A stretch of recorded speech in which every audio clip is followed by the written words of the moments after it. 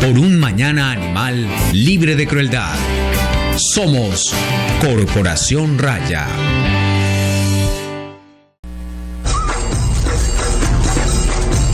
Ládralo, un programa del Instituto Tecnológico Metropolitano y la Corporación Raya, dedicado a la vida y la protección de los animales. Dirige y conduce Juliana Ríos Berberi y Catalina Yepes Mejía. Escúchanos todos los jueves de 5 a 6 de la tarde. Ládralo, por un mañana animal libre de crueldad.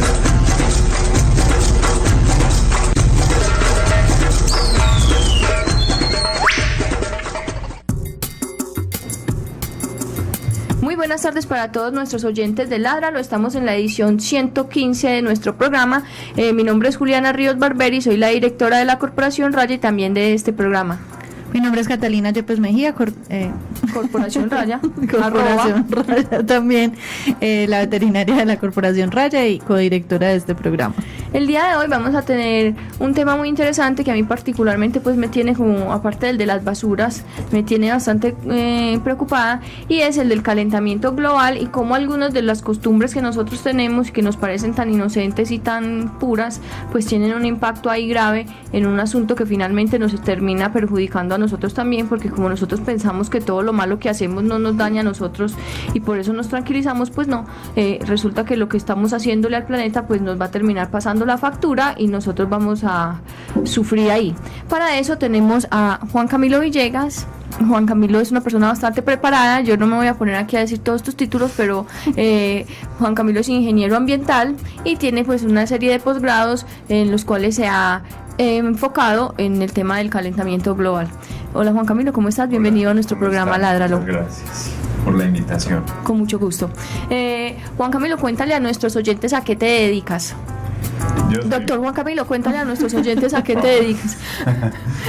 Yo soy profesor de la Universidad de Antioquia en la Facultad de Ingeniería y hago investigación.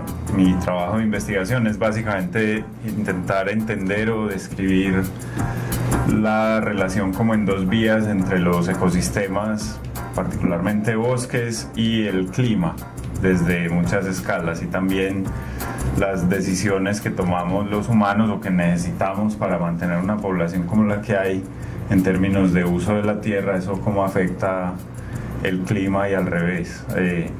Es un poquito apocalíptica la cosa, no estamos bien. No estamos bien. Bueno, antes de iniciar con nuestro programa, vamos con la noticia de la semana. Es momento de la noticia de la semana, en Ládralo. Realmente la noticia no es de la semana, sino como de los 15 días. Hace una semana no tuvimos Ládralo por razones logísticas, pero resulta pues que, como todo el mundo sabe, hay una contingencia en la construcción de la hidroeléctrica de Hidroituango y pues también han surgido ahí unos interrogantes importantes en el tema de los animales, y es qué pasa con primero esos animales que quedan ahí atrás durante la inundación pues debida de la hidroeléctrica, y además, dado que se presentaron todas estas fallas, ¿qué pasa con los animales que quedaron atrás, que los pobladores no pudieron llevar consigo y que pues sí, quedaron atrás y que no tienen en este momento pues una forma de estar sobreviviendo ahí solos, aunque ellos pues buscan la forma, pero que también están corriendo un grave peligro en caso de que falle todos los cálculos que están haciendo?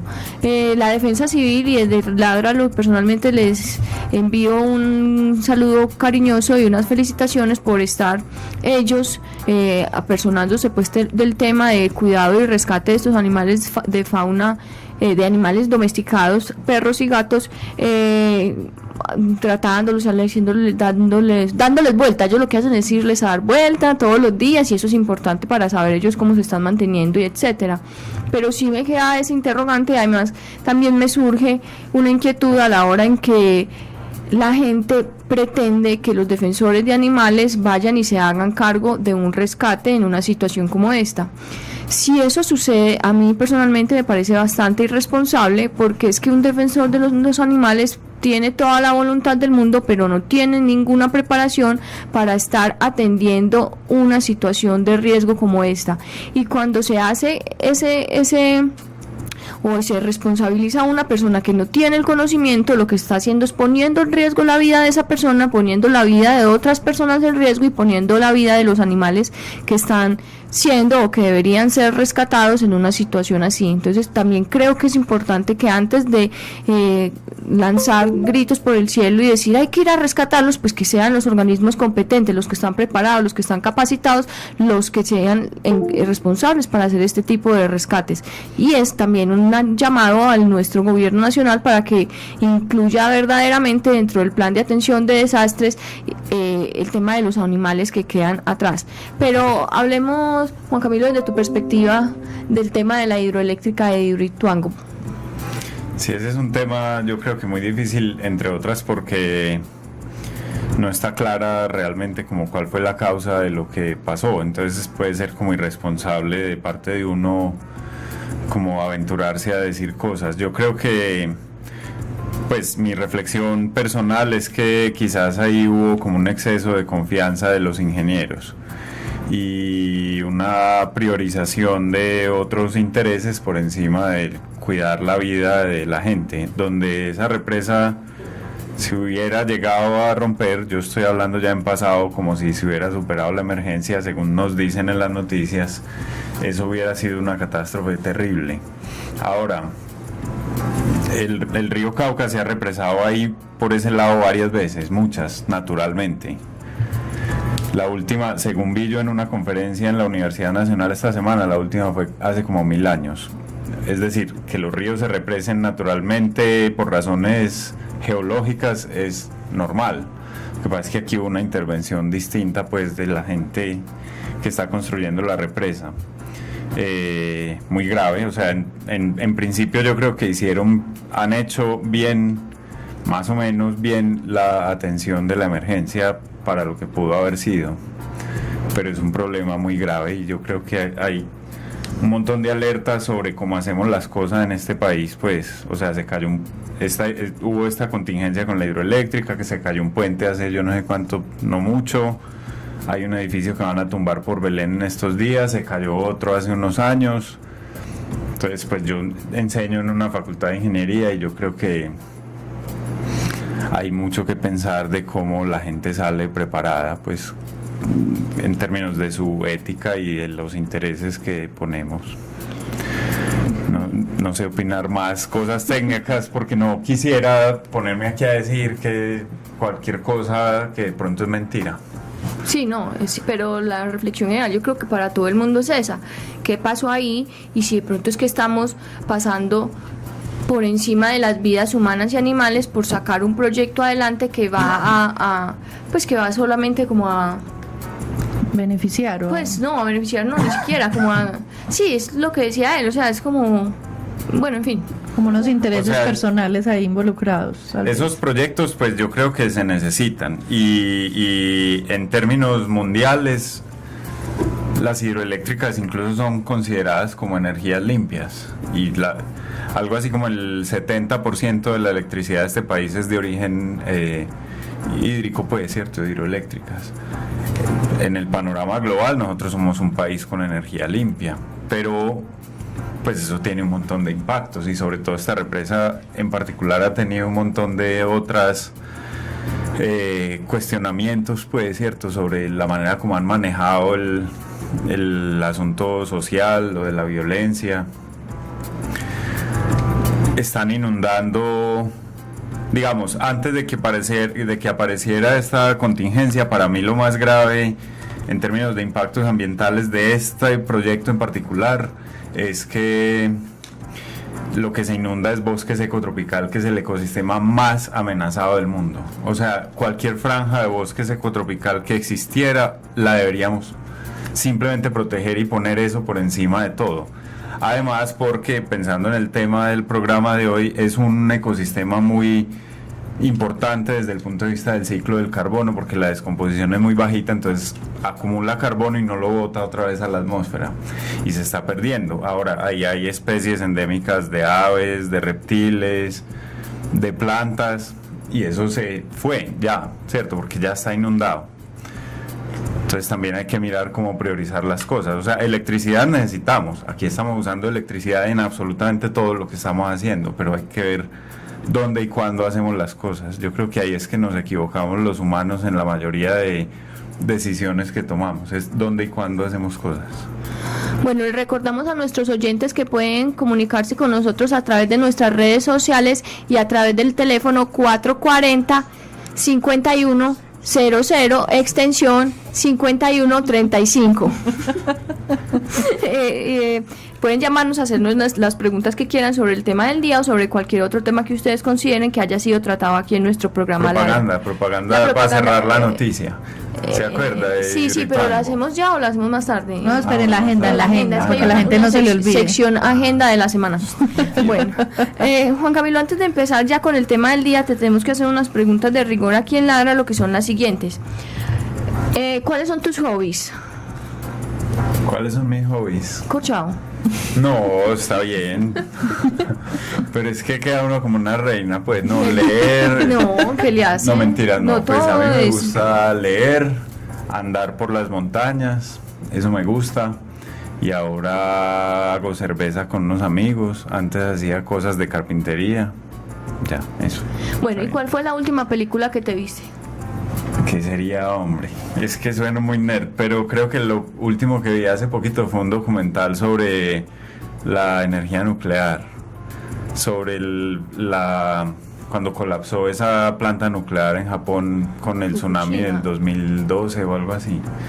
Porque es que yo no he podido saber si la energía nuclear es buena o mala, entonces eso fue como lo último que vi. Eso cuenta como película. Sí, digamos que sí, para los medios. O la película de entretenimiento última que vi, de cine, creo que fue esa de Matar a Jesús, de aquí. Sí. Bueno, ahora sí, empecemos con el tema del día. Ya se acaban las preguntas difíciles. Empecemos con las preguntas del día de hoy. Yo creo que antes de explicarle a la gente la situación actual del calentamiento global y los cambios climáticos que estamos viviendo, hay que contar un poquito lo que se ha vivido o lo que la Tierra ha vivido a través de los años de manera natural, porque hay otros momentos donde también han existido cambios climáticos que se han generado. Entonces expliquemos eso antes de comenzar. Listo, bien. O sea, el clima, la Tierra es un sistema que es dinámico, pues por naturaleza en toda su historia, desde antes de que existiera la vida en la Tierra. Que de hecho hay como problemas a veces ya que son como hasta filosóficos para definir qué está vivo y qué no está vivo. Pero bueno, eso es otra cosa. El caso es que esto ha cambiado mucho históricamente y está sujeto a catástrofes, por ejemplo, que le pueden cambiar el curso en términos de su historia, pues evolutiva, de las cosas vivas y las no vivas. Eso ha pasado y pasa históricamente. O sea, la Tierra depende para su funcionamiento en un 100% casi de la energía que viene del Sol. Y el Sol tiene ciclos de funcionamiento. Y esos ciclos tienen oscilaciones que son de la escala de siglos a miles, a decenas de miles, a millones de años.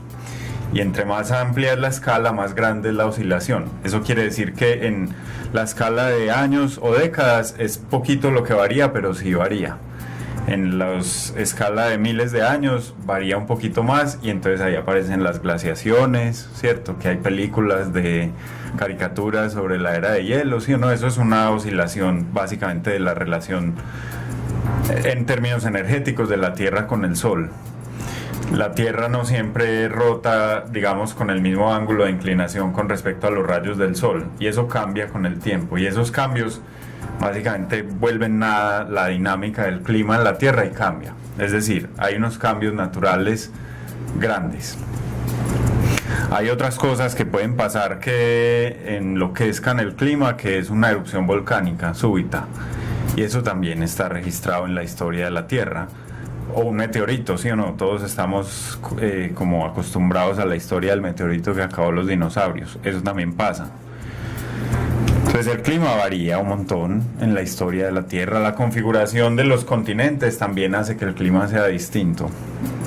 Pero nunca ha habido un cambio de la magnitud del cambio que hay ahora que ocurra en 200 años. O sea, en términos de la edad de la Tierra, 200 años es absolutamente nada. O sea, es una cosa instantánea y la magnitud del cambio es considerable, ¿cierto? Comparable con cambios que ocurren en escalas de tiempo mucho más grandes, y eso es lo grave, creo yo. Bueno, entonces hablemos de ese cambio que está ocurriendo ahora.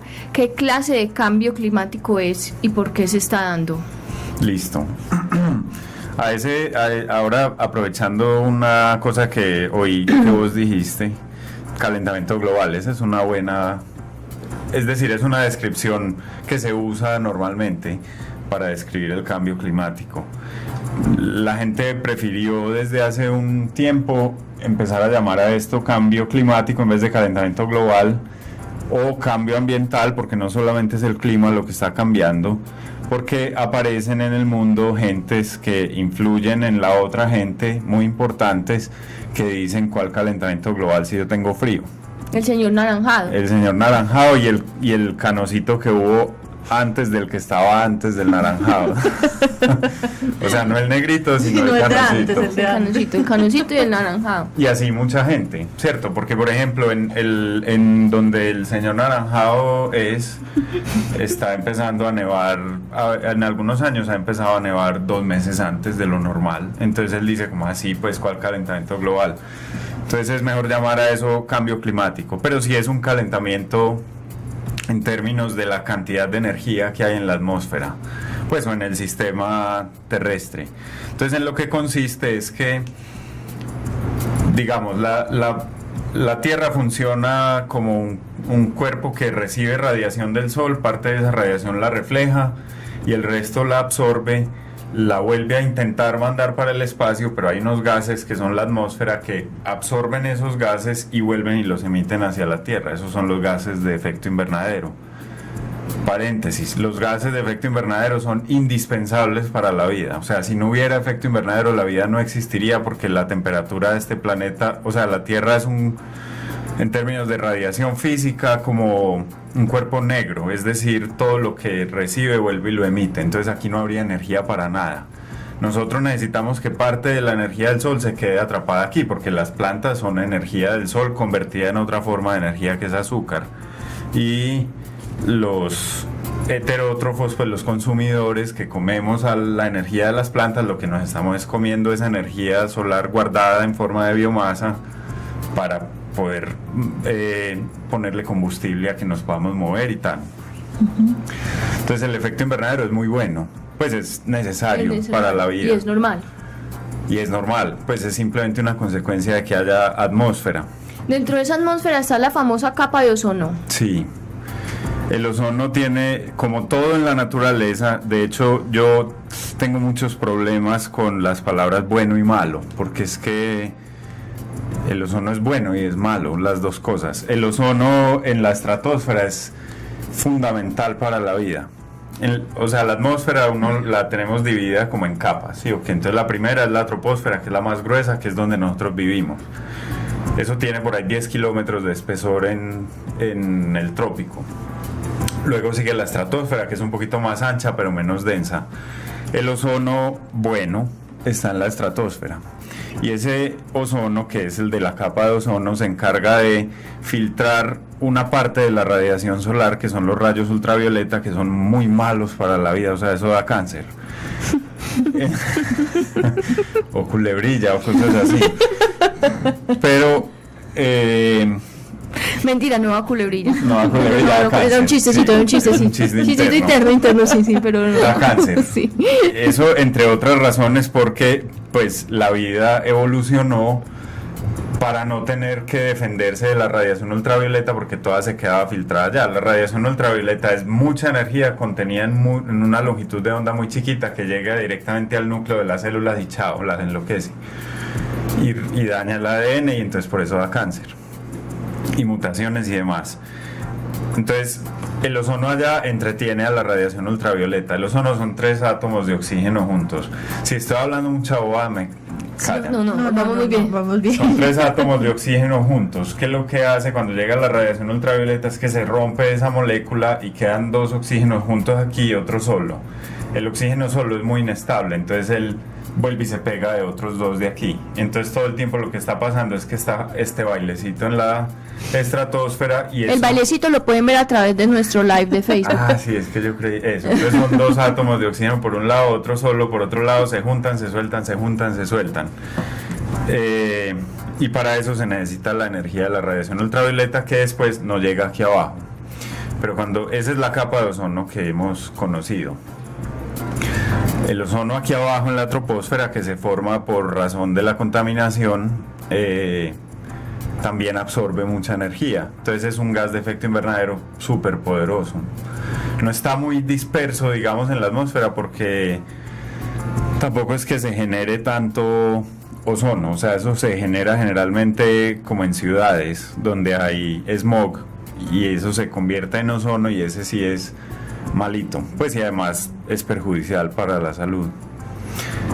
La capa de ozono es un ejemplo para los que, pues, o como una inspiración, digamos, para la gente que está preocupada por el calentamiento global o por el cambio ambiental, y es que la humanidad se puso las pilas y actuó muy rápido con la capa de ozono y se ha recuperado. Pero en estos días he leído unos artículos que está siendo atacada de nuevo. Sí, pero se ha recuperado con respecto a lo grave que estuvo en los 80. Sí, claro, pero yo te lo voy a pasar porque están buscando el culpable. Y sigue estando abierta, pues, o sea, la gente en Australia y en la Antártida todavía le advierten que pilas que no salgan al sol en verano, porque es muy peligroso. Pero la humanidad actuó, digamos, de manera conjunta y rápida para enfrentar ese problema de los 80s. Pero entonces sigamos hablando de los gases de efecto invernadero. Gases de efecto invernadero. Entonces, gases de efecto invernadero hay muchos. El vapor de agua es un gas de efecto invernadero que ocurre naturalmente en la atmósfera. El dióxido de carbono es un gas de efecto invernadero que ocurre naturalmente en la atmósfera. O sea, antes de que las plantas les diera por salir del océano, esta atmósfera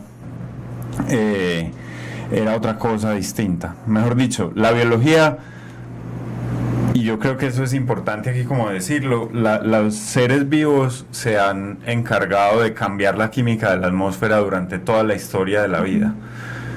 Nosotros, como una especie de seres vivos, no nos hemos inventado tampoco nada, solo que es que hemos hecho el daño mucho más rápido. Pero las plantas, pues, desde hace 400 millones de años que salieron del océano, le cambiaron la química a la atmósfera. Antes la atmósfera era puro CO2 y ellas empezaron a coger ese CO2, convertirlo en biomasa, pues en material vivo, y devolver oxígeno allá, y ahora entonces ya es mucho menos CO2 y es más nitrógeno. Y ese carbón que ellas han ido por 400 millones de años absorbiendo de la atmósfera en forma de CO2 es lo que después se volvió petróleo y carbón, que nosotros muy queridamente lo estamos volviendo a devolver para allá arriba. Entonces hay muchos gases de efecto invernadero, unos más poderosos que otros. Hay 3 principalmente que son de preocupación de quienes estudian este tema. El primero es el dióxido de carbono, que es el que más emitimos, porque nuestra economía está basada en los combustibles fósiles, y entonces lo que se emite cuando se queman combustibles fósiles es CO2 principalmente. Pero hay otros 2 que son graves, que yo creo que son el tema de este programa, si yo dejo llegar al tema algún día. Es el metano y el óxido nitroso. Pues no importa cómo se llamen. Lo importante es que el metano es en promedio, yo no voy a decir el número exacto, entre otras porque no me lo sé de memoria, pero el metano es como 10 veces más poderoso que el dióxido de carbono. Es decir, emitir una molécula de metano a la atmósfera es lo mismo que emitir 10 o alrededor de 10 de dióxido de carbono. Y el óxido nitroso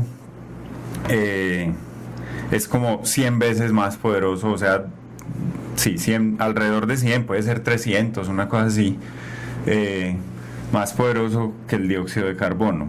Entonces, Y otra vez, emitir una molécula de óxido nitroso a la atmósfera es como emitir 100, es como 300 el número, o sea, entre 100 y 1000 partículas de dióxido de carbono. Mucho más poderoso. Mucho más grave. La principal fuente de metano es la ganadería y la principal fuente de óxido nitroso es la agricultura. Entonces, todo el tiempo estamos diciendo la industria, los contaminadores, no sé qué, pero realmente es los carros, el petróleo, pero realmente hay que ponerle atención a estos otros dos porque son muy graves y se están emitiendo como locos. Hay unas fuentes naturales de metano también, pues, que es medio naturales, o sea, hay mucho metano guardado en el suelo de las regiones del Ártico en la Tierra. Y ese suelo se mantenía congelado todo el año. Entonces ese gas no era capaz de salir, pero ahora ese suelo se descongela en una buena parte del año, porque la atmósfera está más caliente, entonces sale metano tremendo. Por ahí hay videos en YouTube de gente que prende una candela en el suelo y sale una llama así fuerte. Y la basura. A propósito, a usted que le interesa la basura. Los rellenos sanitarios son una fuente tremenda de metano. Entonces es como complicado. O sea, estamos pero mal por todos los lados. Yo creo que como para tratar de resumir un poquito y que la gente no se nos pierda, estamos hablando entonces que esos gases del efecto invernadero en cierta medida son naturales y son buenos, pero cuando ya empieza a cargarse y a generar estos otros que son mucho más graves, la situación cambia. Entonces ahora expliquemos esas causas específicas donde el ser humano ya participó, ya estamos participando todo el tiempo en esa producción de gases de efecto invernadero. Listo. O sea, esos gases lo que hacen es que atrapan calor en la atmósfera, sencillamente. Eso es todo. Y ese calor, la Tierra no lo guarda, no es una pila. Ese calor se usa, o sea, esa energía se usa para algo. Entonces se usa, por ejemplo, para hacer huracanes más fuertes, ¿sí o no? Se usa para hacer fenómenos del niño más intensos, fenómenos de la niña más intensos, para hacer temporadas de frío más fuertes, sequías más fuertes, etcétera. Donde ocurre lo que llamamos el cambio climático y el calentamiento global que según el señor Naranjado no existe. Pero vení, es como una sobrecapa que se hace, aparte de la capita normal de la atmósfera, es como otra capa, otra cobija que le echamos a la Tierra con los gases nuevos que creamos, que estamos generando más de manera más constante y más... Es la misma cobija pero más gruesa. O sea, engrosamos la cobija. Sí. Pues no gruesa en términos de espesor, sino como de poderosa. De concentración. Es como si uno más tiene densa. una sopa que tiene un poquito de sal disuelta y cada vez le va echando más sal, más sal, más sal. Es el mismo volumen de agua, pero con mucha más concentración de esa sal. Entonces los humanos hemos participado directamente en eso. El debate pues de Trump es que el cambio es natural, pues, y no los humanos no hemos hecho mayor cosa o que no tenemos el suficiente poder para cambiar la atmósfera. Y de hecho entre los científicos y los geólogos ya estamos en una nueva era geológica. A uno le enseñaban las eras geológicas, ¿sí o no? Que el Jurásico, el yo no sé qué, ¿cierto? Todos esos. El yo no sé cuántas. Eso. Ahora estamos en el Antropoceno y eso está claramente declarado. Entonces, ¿qué hemos hecho nosotros?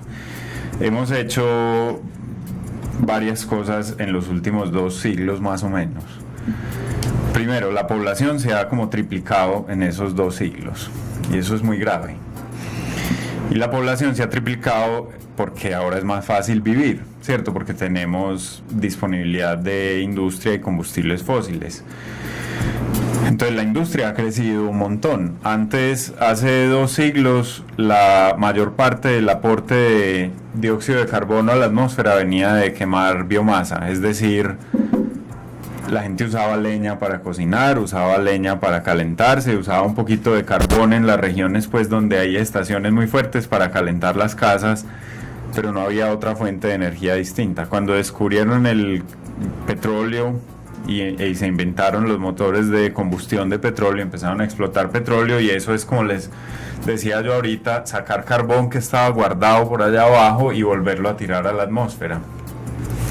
Entonces la economía ha crecido un montón en los últimos 200 años, la población ha crecido un montón en los últimos 200 años, y hace más o menos 100 años se descubrieron, pues, o dijeron quiere decir las naciones desarrolladas, dijeron de una manera muy loable, creo yo desde el punto de vista humano, es: la población está creciendo un montón, hay que hacer que la agricultura sea más eficiente. Entonces no podemos seguir imaginándonos que cada persona tiene como su parcelita ahí para cultivar y sacar su propia comida, sino que hay que industrializar la agricultura para poder alimentar a toda la población humana y que no haya gente con hambre y todas esas cosas. Entonces se inventaron lo que se llamó la revolución verde. Que de verde no tiene nada. No, nada. Pues verde es porque las plantas son verdes, creo yo, ¿cierto? Pero es la industrialización de la agricultura. Y para eso, entonces empezaron primero a cultivar zonas que no eran cultivables. Es que yo creo que el problema de los humanos es que hacemos las cosas donde no las debemos hacer.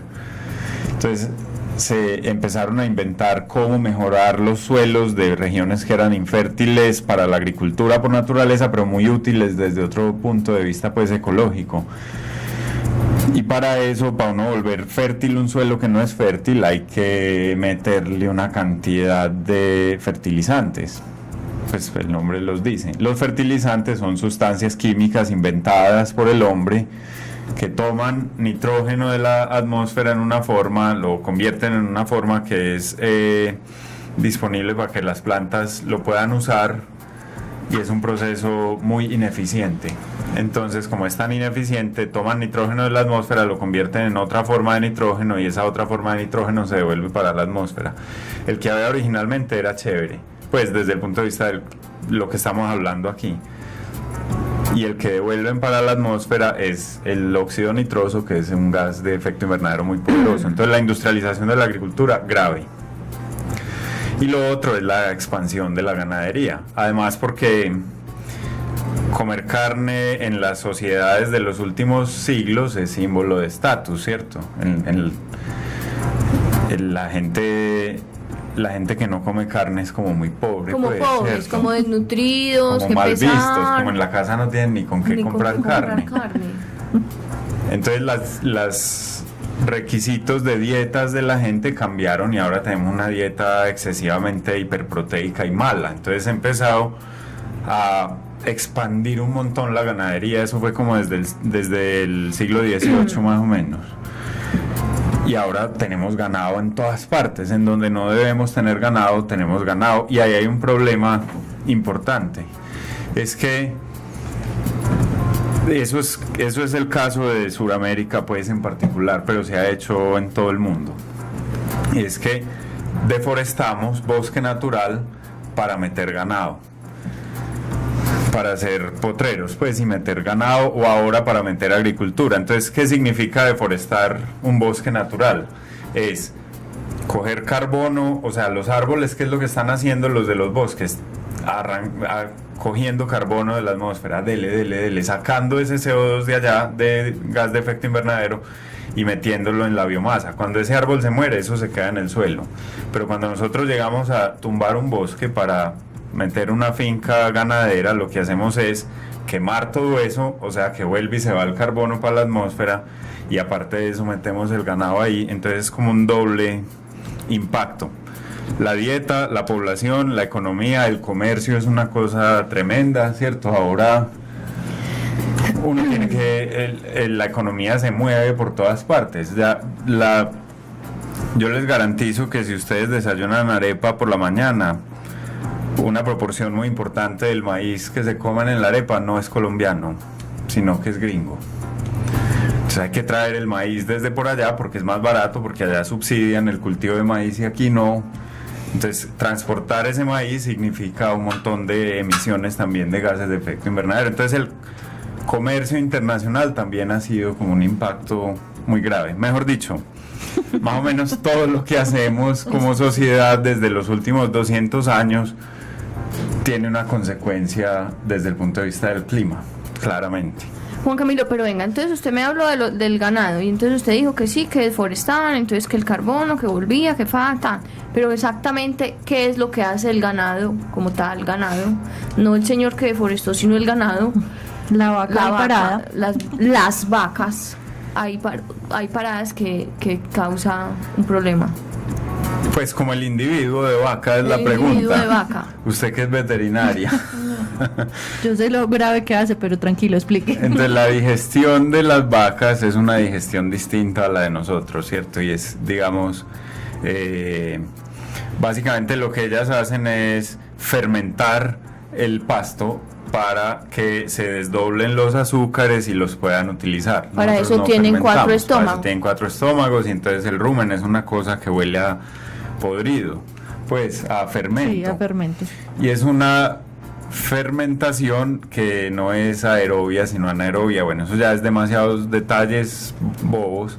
No, Pero no, la no. cosa es que el subproducto de esa fermentación, como es una fermentación, no una oxidación, es metano, que es un gas, sí o que un gas muy volátil, que ese sistema digestivo lo tiene que eliminar por alguna parte porque si no se llena de gases.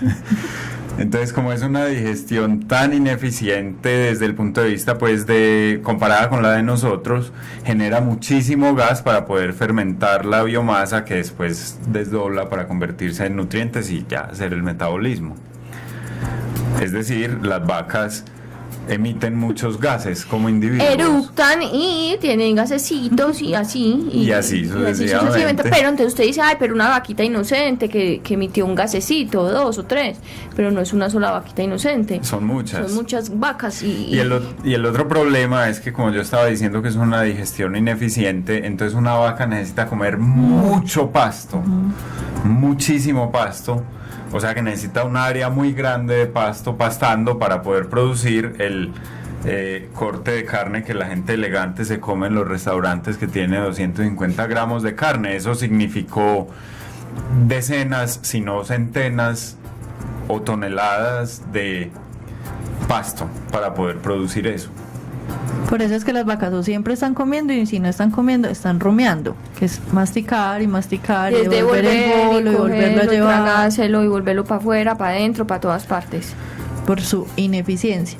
Entonces ahí estamos sumando no solamente la deforestación y el daño que estamos haciendo en ese bosque para llenarnos de potreros, sino además la implicación y la producción de ese gas metano de cada uno de esos individuos.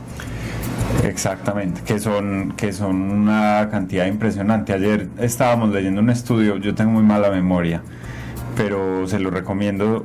Salió un artículo en The Guardian, digamos, como haciendo la nota de prensa de un estudio que salió, lo publicaron en una revista muy prestigiosa. Yo lo publiqué, a ver si es el mismo, a ver si. Sí, debe ser, el de buscar en este instante mismo. La biomasa de ganado comparado con la de fauna silvestre es Yo le doy los impresionante, datos. es un montón. Que somos primero el 0.01 De la biomasa total de la Tierra.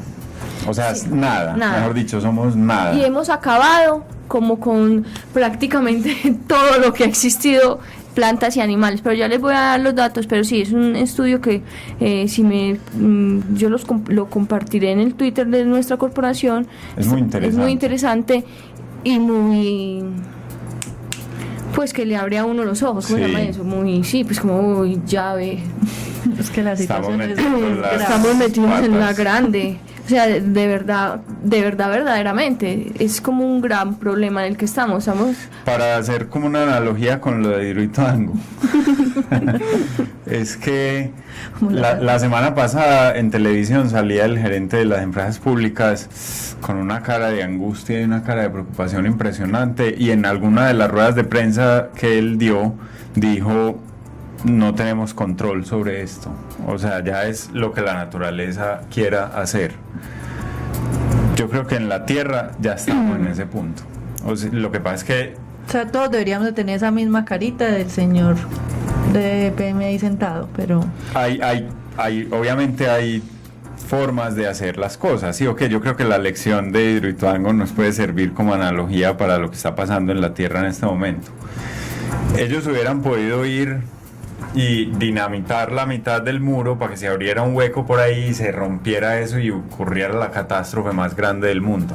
La humanidad puede hacer eso. La humanidad puede, por ejemplo, tomar la decisión de seguir teniendo 5 hijos cada familia, o que uno tenga que cambiar de celular cada año, o que desayune, almuerce, coma y además de merienda y coma algo. carne y algo. Entonces desayuna pastel de carne, almuerza con una hamburguesa de doble carne, etcétera, así sucesivamente. O sea, eso significa abrir el hueco. O lujos innecesarios, ¿sí o no?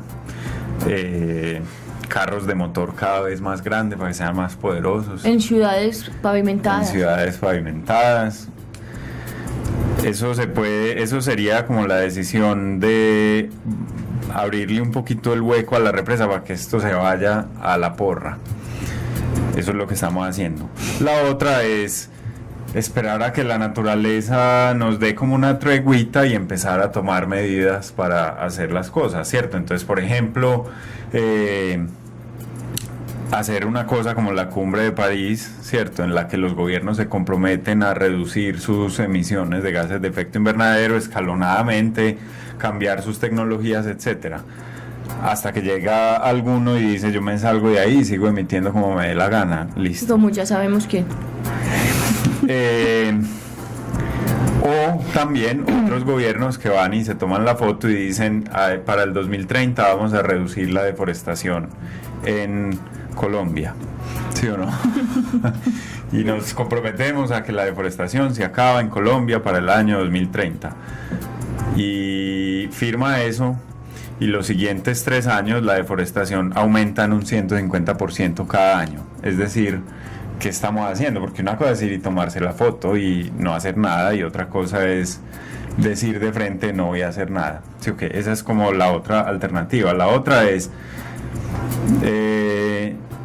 hacer como el de la película que usted dijo ahora y exterminar a 2/3 de la humanidad, pero creo que esa no es una solución viable. Pero si yo tuviera el guante de Thanos, vea. Chasquearía ¿Sí los o no? dedos. Soy Esa es Thanos. una opción, pero es poco viable y creo que poco ética y difícil de tomar. No, porque es que uno no va a tomar una decisión por la vida de este o eso no es una decisión basada en el valor. No, pero sabe que en contra de, pues digamos, al contrario de eso, por ejemplo, yo esto siempre lo digo por ahí en clases que doy todo y es como difícil, pero en el régimen chino había el mandato que las familias solamente podían tener un hijo, hombre.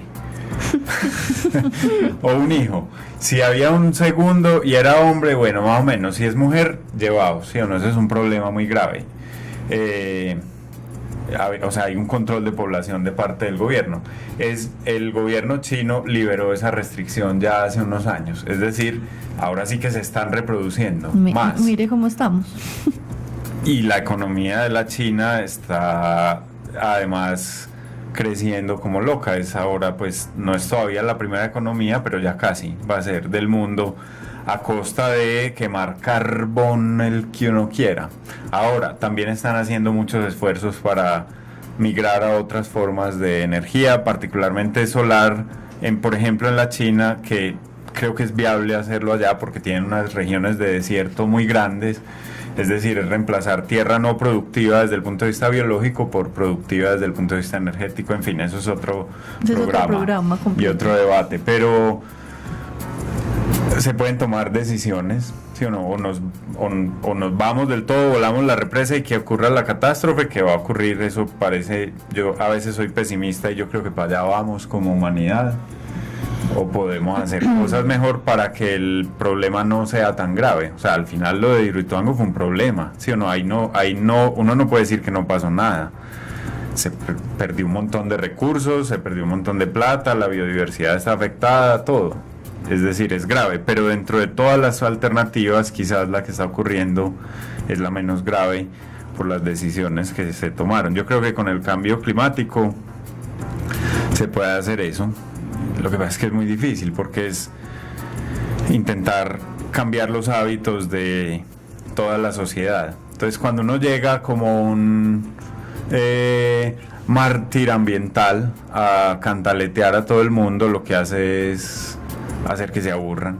¿Sí, no? Entonces toca como usar ahí algún tipo de psicología inversa o suave para que la gente vaya como cambiando sus hábitos, y eso es complicado. O sea, yo no puedo llegar a toda la sociedad a decirle vuélvanse veganos todos, entre otras porque la soya que los veganos se comen o los vegetarianos nos comemos es soya sembrada en Brasil, no todos comemos no todo es soya, yo sé. Sí. Pero es, pues finalmente muchos de esos productos vienen de agricultura industrial también, ¿cierto? En fin, pero uno no puede llegar a cantaletear a la gente, yo creo que eso es lo peor que se le puede hacer, sino como dar cositas, ¿cierto? No coma carne todos los días, un día a la semana no coma como carne. nuestro lunes sin carne que nosotros siempre promovemos, al menos deje comer carne pues el lunes. Al menos un día. Al menos un día.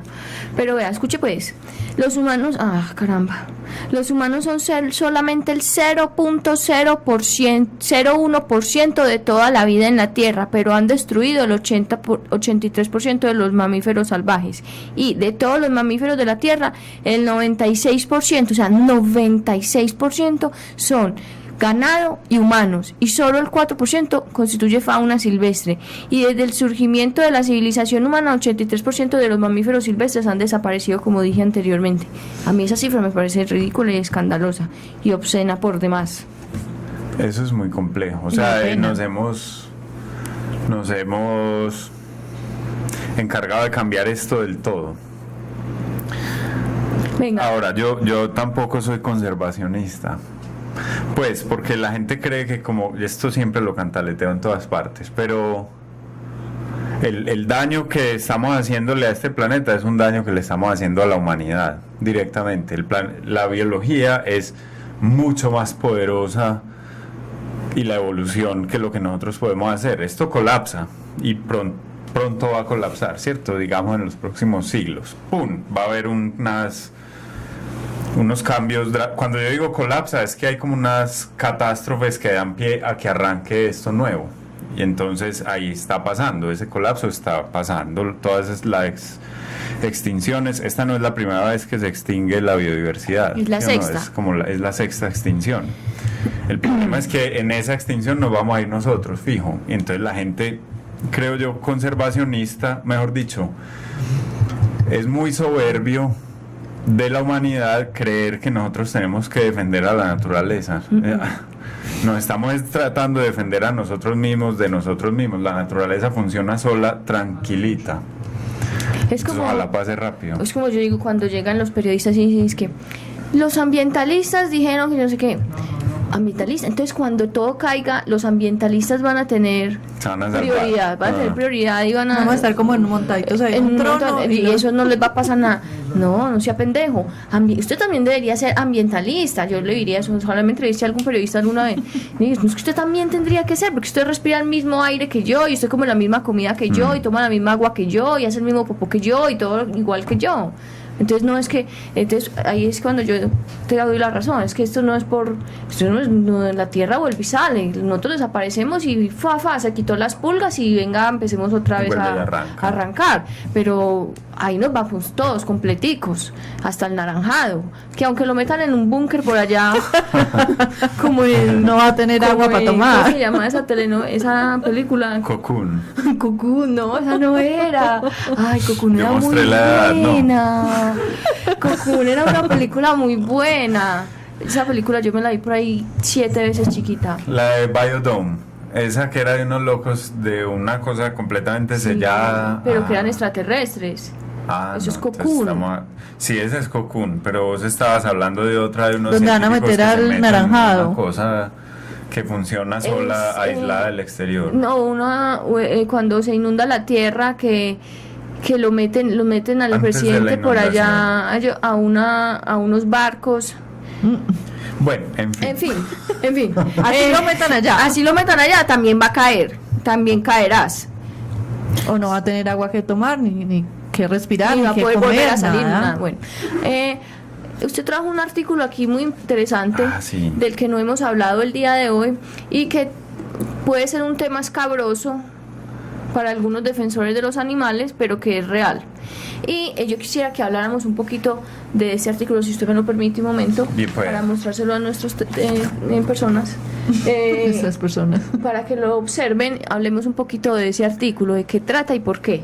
Listo, ese fue un encuentro ahí casual de hace poco, pero es muy bacano porque es una estimación del impacto ambiental y la huella ecológica de las mascotas, particularmente perros y gatos, usando a Estados Unidos como ejemplo. Entonces, básicamente lo que se hace aquí es estimar cuál es más o menos, algo así como a qué población humana equivale la población de perros y gatos que hay en Estados Unidos a partir de el consumo, ¿cierto? Y hay como un análisis de los hábitos con respecto a la tenencia de perros y gatos y es muy impresionante desde mi punto de vista los resultados. Es un trabajo publicado en una revista muy prestigiosa por un investigador de la Universidad de California en Los Ángeles. Entonces, básicamente la estimación aquí como para decir algunos números de lo que estimaron, insisto, esto es en Estados Unidos, pero lo importante es que en las cuentas que todos hacemos de cambio climático no metemos a los animales domésticos, que son bastantes, ¿cierto? Y en todos los países del mundo la gente tiene Pero estás hablando como mascotas. domésticos, como perros y gatos. Mascotas, sí, animales de compañía, pues, no los de producción, que son otro problema distinto que ya más o menos lo mencionamos. Entonces, los números de aquí es que algo así como que en Estados Unidos hay 320 millones de personas, según este estimativo. Eso es un montón de gente. Un montón de gente. Pero hay combinado 160 millones de perros y gatos. O sea, casi la mitad de la población o sea, hay un perro o gato por cada 2 personas. Eso es un montón. Eso es mucho, una proporción per cápita muy grande. Y su consumo en términos de huella de carbono, es decir, del carbono que se necesita para producir los productos que se usan para mantener a esos perros y gatos.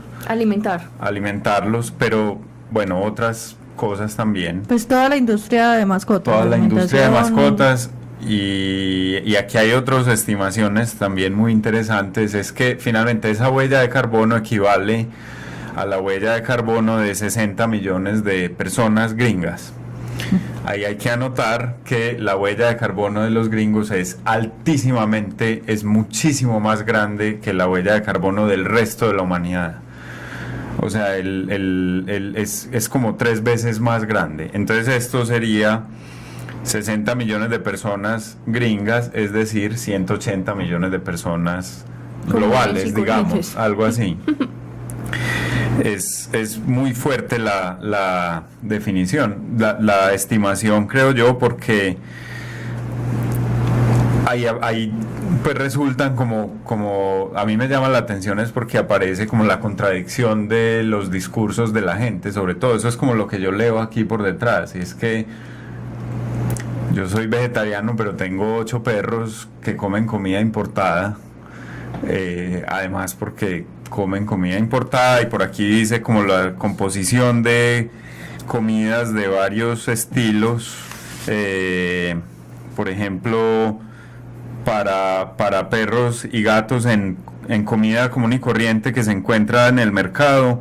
La carne es el primer ingrediente en comida normal, y en comida premium el 100% de las marcas tienen carne como primer ingrediente, y para gatos la relación es 63-100, es decir, la mayor parte de esas comidas son carne, y esa carne ya vimos de dónde viene y demás. Entonces la contradicción es, como yo soy defensor de la vida y ambientalista y no sé qué, pero qué clase de decisiones tomo. O yo soy vegetariano, pero le doy a mis perros la mejor marca de comida importada, que es toda carne, ¿cierto? Entonces ese perro equivale a lo mismo que si yo comiera carne. Ahora, los perros son animales carnívoros y los gatos, ¿sí o no?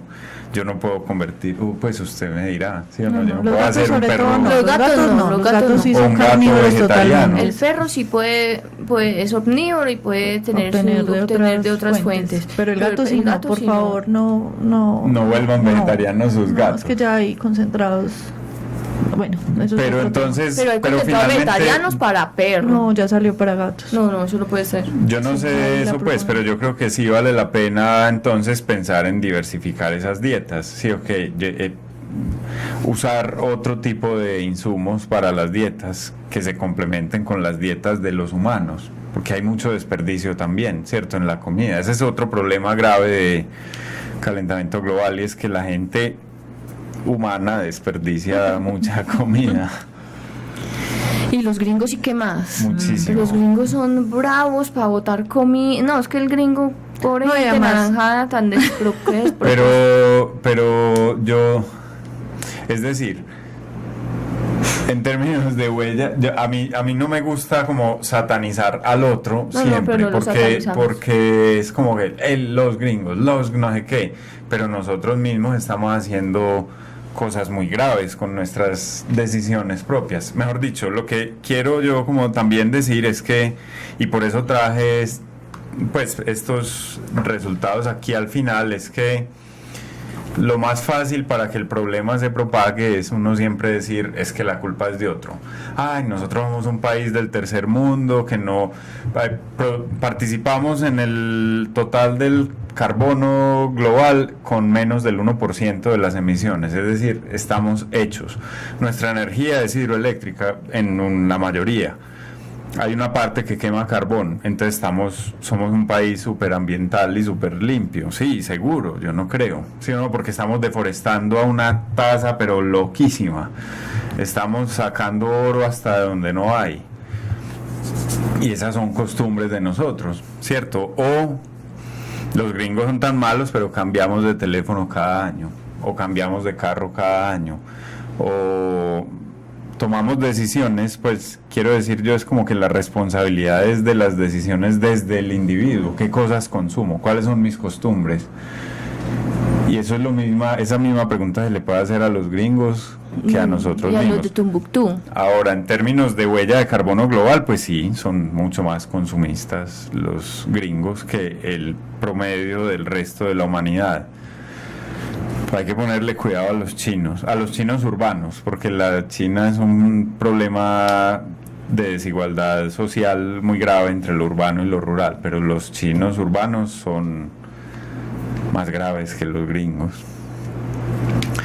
Es como la reflexión ahí de la cosa, yo no sé. Necesito mi Pero hay que de las tomar 6 gemas. Hay que tomar decisiones sobre el consumo diario, pues, de nosotros. O sea, en Sudamérica está pasando una cosa muy grave con la deforestación, y es que el Amazonas se lo está, digamos, en las décadas, un par de décadas de los 90 hacia acá, se ha ido aumentando la frontera de deforestación por el sur, desde el norte de Argentina, sur de Brasil, Paraguay, para sembrar soya, para mandar a Estados Unidos a convertirla en comida para ganado, que se lo devuelven a Brasil y al ganado de nosotros, ¿cierto? El cuidado del ganado de nosotros es con soya, con maíz, con sorgo importado. Aquí, pues yo conocía hace unos años una fábrica de cuidos chiquitica en San Pedro, y entonces un día me mostraron los insumos. Ve, ¿y el maíz de dónde viene? De Iowa. ¿El sorgo de dónde viene? De Alemania. ¿La soya de dónde viene? De Canadá. Pero uno leía el costal y decía importado de Canadá, cultivado en Brasil.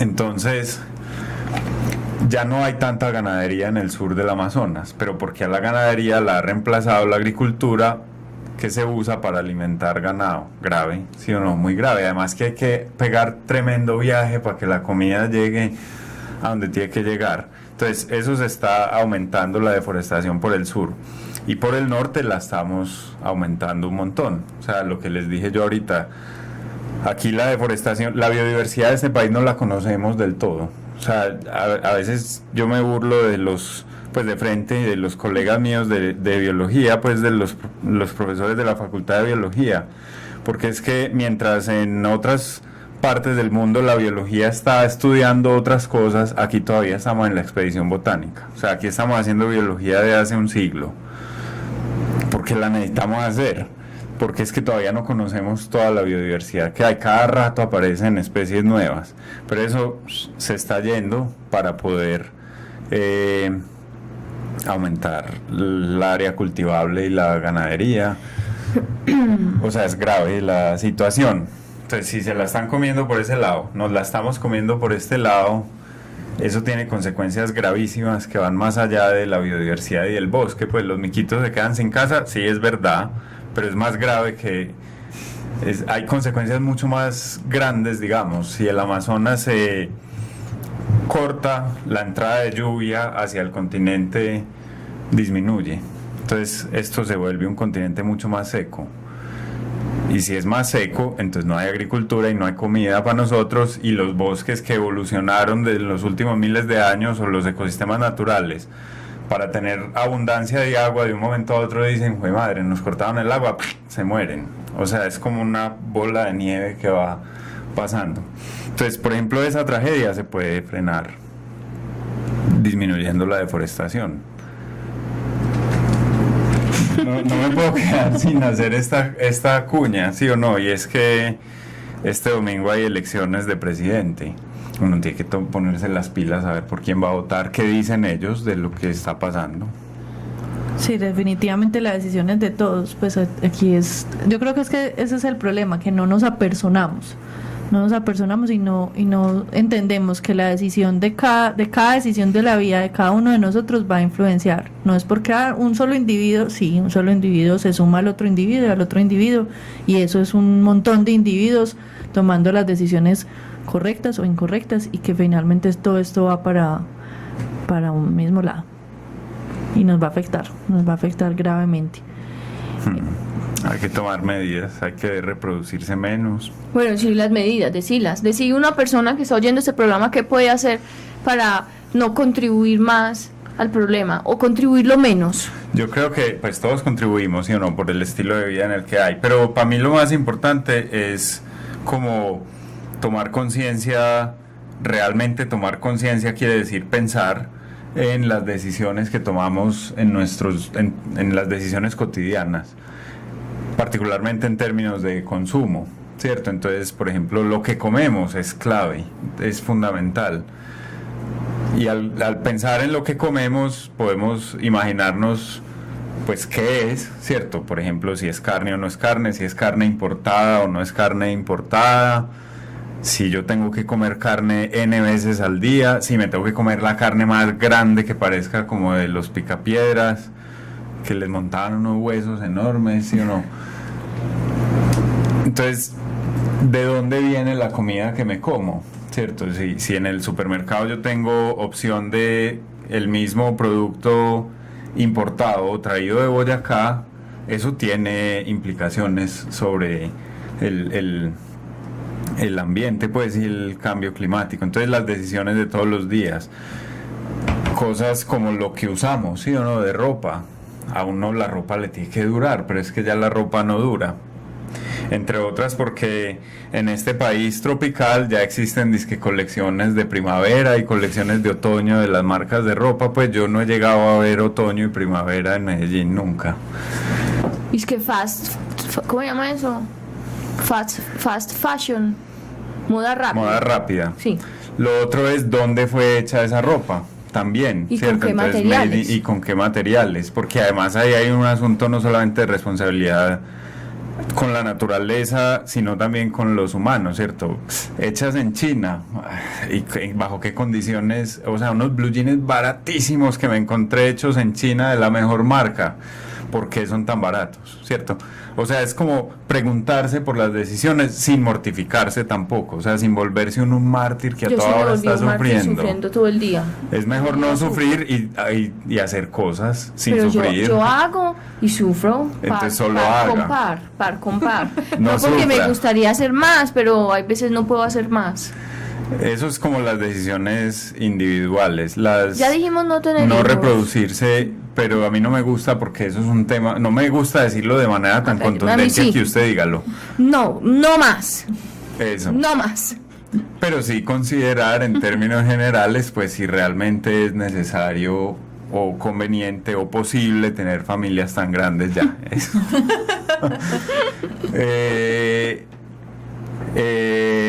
Eso como decisiones individuales. Una cosa muy importante como decisión individual es la educación, y en particular pues como estoy hablando en términos globales, la educación de las mujeres, porque eso ayuda a tomar decisiones, por ejemplo, en cuanto a la reproducción y autonomía en cuanto a la reproducción. Y también hay decisiones colectivas importantes que yo creo que vale la pena considerar.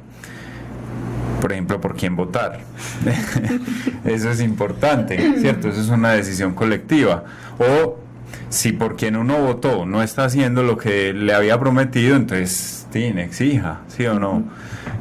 Nosotros tenemos un Congreso que supuestamente nos representa, y los congresos son los que hacen las leyes, que son las normas que rigen, y aquí hay legislación ambiental en teoría. Entonces, si yo voté por un representante de la Cámara o por un senador y no está haciendo lo que me prometió que iba a hacer, entonces contáctelo, o ahora que las redes sociales son tan útiles, o sea, arranque un debate por ahí y exijámosle a la gente. Colombia se comprometió a disminuir sus emisiones de gases de efecto invernadero en un 30% para el año 2030, principalmente a partir de evitar la deforestación, y la deforestación está disparada, y entonces ¿qué vamos a hacer? Entonces ahí está como las decisiones colectivas.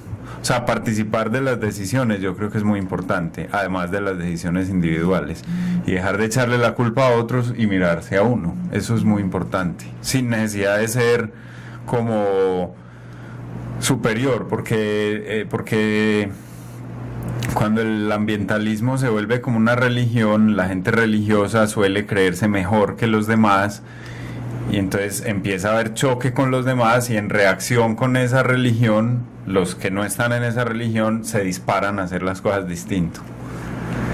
Entonces tampoco uno volverse un cantaletoso cansón, sino más bien ayudar a que la gente como que simplemente tome conciencia de las decisiones. Básicamente es preguntarse todos los días,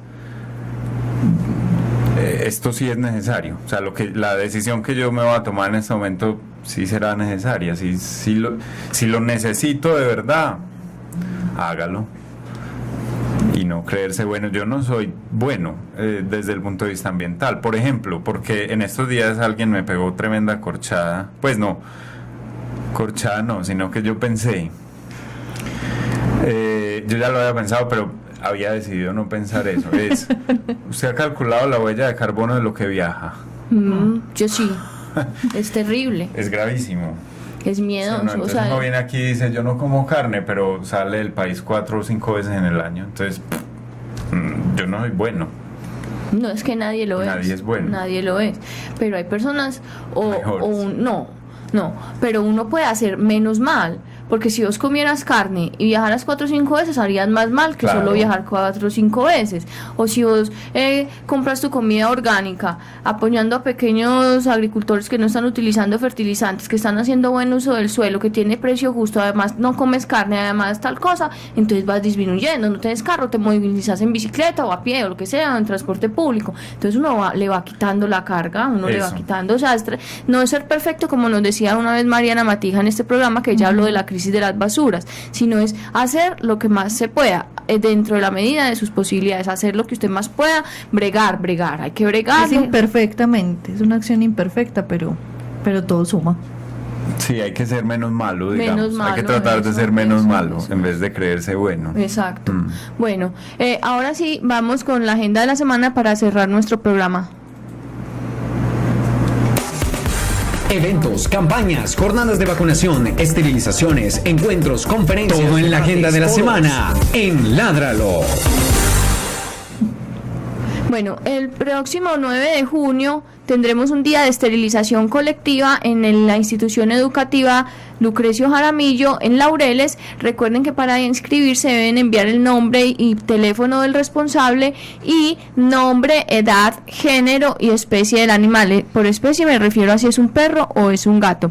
Recuerden que estos días de esterilización son solamente para animales que no sean braquicéfalos. Pues mejor dicho, en estos días de esterilización no atendemos animales braquicéfalos, sino que los braquicéfalos los atendemos en nuestros días de atención personalizada. Para inscribirse en el próximo día de esterilización colectiva, o si quiere también hacerle limpieza dental a su animal de compañía, por favor escriba un correo a esterilizaciones@corporacionraya.org. Y para inscribirse en nuestros días de esterilización y limpieza dental personalizados, puede enviar un mensaje al WhatsApp 317-649-0682 y a vuelta de mensaje se le enviarán todas las recomendaciones para prepararse para su cirugía, para la cirugía de su animal o la limpieza dental de su animal. Y el día de mañana... Sí, mañana a las 9 de la mañana en el edificio de extensión de la Universidad de Antioquia, en el auditorio principal. El edificio de extensión es un edificio negro que queda al frente del Parque de los Deseos, al lado de la universidad. Va a haber un foro en el que vamos a hablar en términos generales sobre la generación hidroeléctrica en macrocuencas de Colombia y básicamente como las implicaciones ambientales o las consideraciones ambientales de generar energía en cuencas grandes en Colombia. Eso a propósito de cierto tema que ha acontecido en estos días. También eso lo van a transmitir por Facebook en Expo Ingeniería Co. Eso es, yo no sé de Facebook, es como una página de Facebook, por ahí va a haber transmisión en vivo, es a las 9, dura 2 horas. Facebook.com/Expo Ingeniería Co. Así lo encuentran, ahí van a estar transmitiendo en vivo. Ahí ese conversatorio pues vamos a hablar pues, como de la evaluación ambiental, va a haber gente como de diversas disciplinas ambientales a pensar lo que significa la generación de energía en este país. Y también en YouTube pueden encontrar otro foro que hubo esta semana en la Universidad Nacional que fue técnico sobre el problema de Hidroituango. O sea, profesores de la Universidad Nacional de Geología, de Hidráulica, de Ingeniería Civil que analizaron con el detalle técnico lo que está pasando en ese sitio. El foro de nosotros no es técnico, o sea, allá no vamos a ir a explicar qué pasó en Hidroituango, pero sí cómo se genera la energía en Colombia. Entonces, pues es una invitación para que la gente lo vea y lo oiga. Vayan, mañana 9 a.m. en el edificio de extensión de la Universidad de Antioquia. O si no, a través de Facebook. No se lo pierdan, va a estar muy interesante. Bueno, Juan Camilo, muchas gracias por haber venido a nuestro programa. Te agradecemos mucho que estés aquí, que hayas compartido todos tus conocimientos postdoctorales con nosotros. Bueno, muchas gracias. Cuando quieran vuelvo. Cuando quiera vuelve a hablar de otro tema de interés. Y a nuestros oyentes, primero, José Julián Villa, Carlos Pérez, gracias por la música de nuestro programa, Pilar Sepúlveda por la realización, a Gretel Álvarez por los diseños y a Andrés Camilo Puentes por las cortinillas de nuestro programa. Y por supuesto al ITM por facilitarnos el espacio para estar aquí. Y a todos ustedes nos veremos a través de nuestras transmisiones en vivo o a través de radio.itm.edu.co con otro tema de interés para los que queremos y protegemos los animales. ¡Chao! Chao. Por un mañana animal libre de crueldad. Somos Corporación Raya.